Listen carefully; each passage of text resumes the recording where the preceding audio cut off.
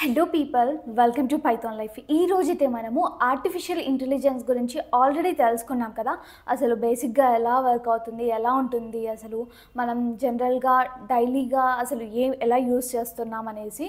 So ఇప్పుడైతే మనము artificial ఇంటెలిజెన్స్లో అసలు టైప్స్ ఏమేమి ఉంటాయి అనేది మనం ఈరోజు చూసేద్దాం.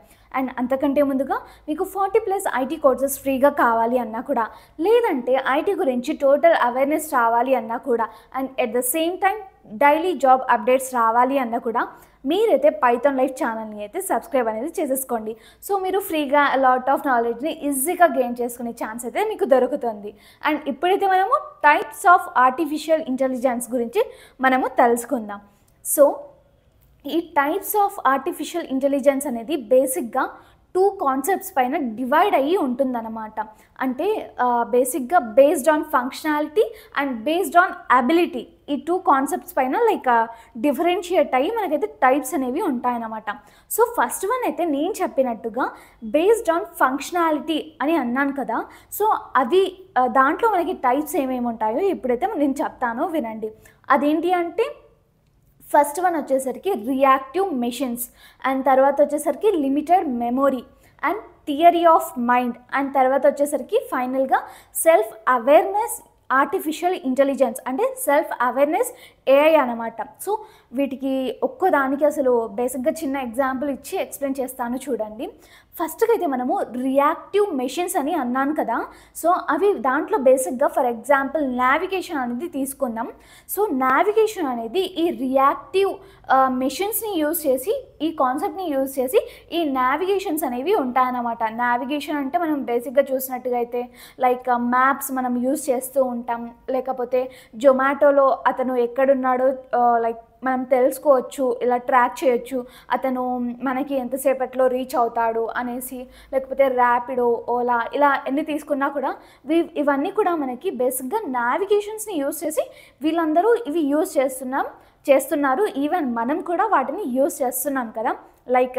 మనం ఎవరైనా బుక్ చేసుకున్నప్పుడు ర్యాపిడో బైక్ బుక్ చేసుకున్నాం, అతను ఎక్కడున్నాడు, ఇక్కడ రీచ్ అవుతున్నాడా లేదా అని మన పర్సెప్షన్లో మనం చూస్తూ ఉంటాం. లేకపోతే వాళ్ళ పర్సెప్షన్లో ఎవరు ఎక్కడ మనకి బుక్ చేశారు, అక్కడికి మనం వెళ్ళాలి అనేసి ఆ నావిగేషన్ని యూజ్ చేసుకుని వాళ్ళైతే వస్తుంటారు. సో ఈ రియాక్టివ్ మెషిన్ కాన్సెప్ట్ని యూజ్ చేసుకుని ఇలా నావిగేషన్స్ అనేవి చేయొచ్చు అన్నమాట. సో ఇంత అడ్వాన్స్గా ఈ టెక్నాలజీ మనం యూజ్ చేయొచ్చు. అండ్ తర్వాత వచ్చేసరికి లిమిటెడ్ మెమొరీ అన్నాను కదా. దీంట్లో అయితే కనుక మనము మనకి బేసిక్గా ChatGPT and chat bots అనేవి ఉంటాయి కదా. వీటి కోసం మనం ఈ లిమిటెడ్ మెమొరీ మనం ప్రాంప్ట్ ఇచ్చేసి మనకు కావాల్సిన ఇన్ఫర్మేషన్ అయితే మనం తీసుకోవచ్చు అన్నమాట. అండ్ తర్వాత వచ్చేసరికి థియరీ ఆఫ్ మైండ్ అన్నాను కదా. థియరీ ఆఫ్ మైండ్ అంటే జస్ట్ ఈ డివైజెస్ కానివ్వచ్చు, ఈ ఆర్టిఫిషియల్ ఇంటెలిజెన్స్ అంటే రోబోట్స్ అవి ఇవి అని చెప్తుంటాం కదా. సో వాటికి డిజైర్స్ ఉండడం, ఎమోషనల్ థాట్స్ ఉండడం, ఇంటెన్షన్స్ ఉండడం. ఫర్ ఎగ్జాంపుల్ రోబో మూవీలోంచి తీసుకుంటే దానికి ఎమోషన్స్ ఉంటాయి, ఇంటెన్షన్స్ ఉంటాయి, కోరికలు ఉంటాయి, సన పైన ఒక ఎమోషన్ అనేది ఉంటుంది. ఇవన్నీ కూడా మనము ఈ థియరీ ఆఫ్ మైండ్ కాన్సెప్ట్ని యూజ్ చేసి ఇలా వీటిని యూజ్ చేయొచ్చు అనమాట. సో బేసిక్గా ఈ కాన్సెప్ట్తో మనము ఎమోషన్స్, ఇంటెన్షన్స్, అండర్స్టాండింగ్ ఎవ్రీథింగ్ కూడా మనము ఇన్సర్ట్ చేయొచ్చు అనమాట.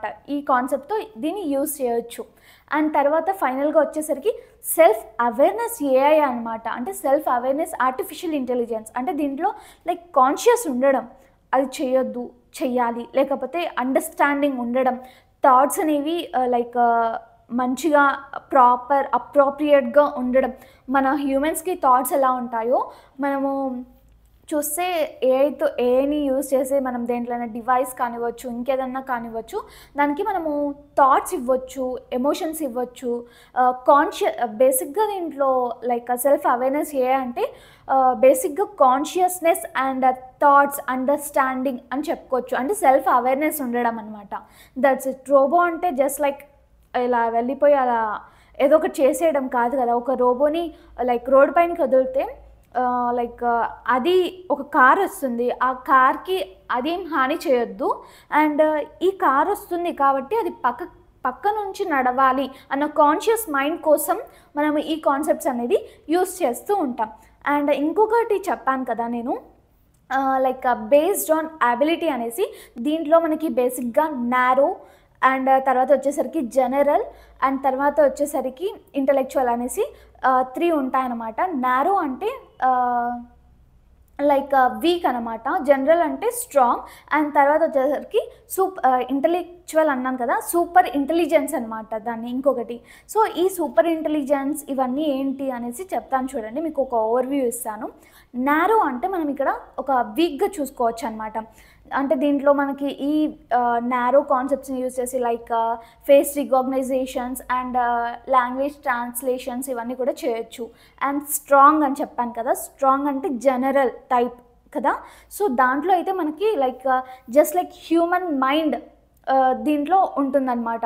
ఒక హ్యూమన్ ఎలా అయితే పర్ఫామ్ చేస్తారో, లేకపోతే ఎలా అయితే థింక్ చేస్తారో, ఎలా అయితే వర్క్స్ టాస్క్ అవన్నీ చేస్తారో దీంట్లో ఉంటుంది జనరల్లో.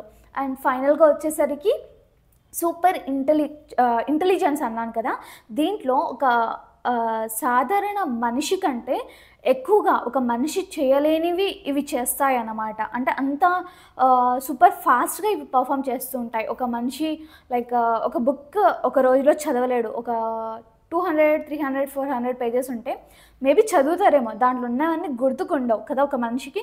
కాకపోతే వీటికి అది చదివేసి జస్ట్ ఇన్ హవర్స్ మినిట్స్ అని చెప్పుకోవచ్చు, జస్ట్ చదివేసి వాటికి మళ్ళీ గుర్తుంటాయి. మనిషి చేయలేడు, అందుకే దీన్ని సూపర్ ఇంటెలిజెన్స్ అని అన్నాము.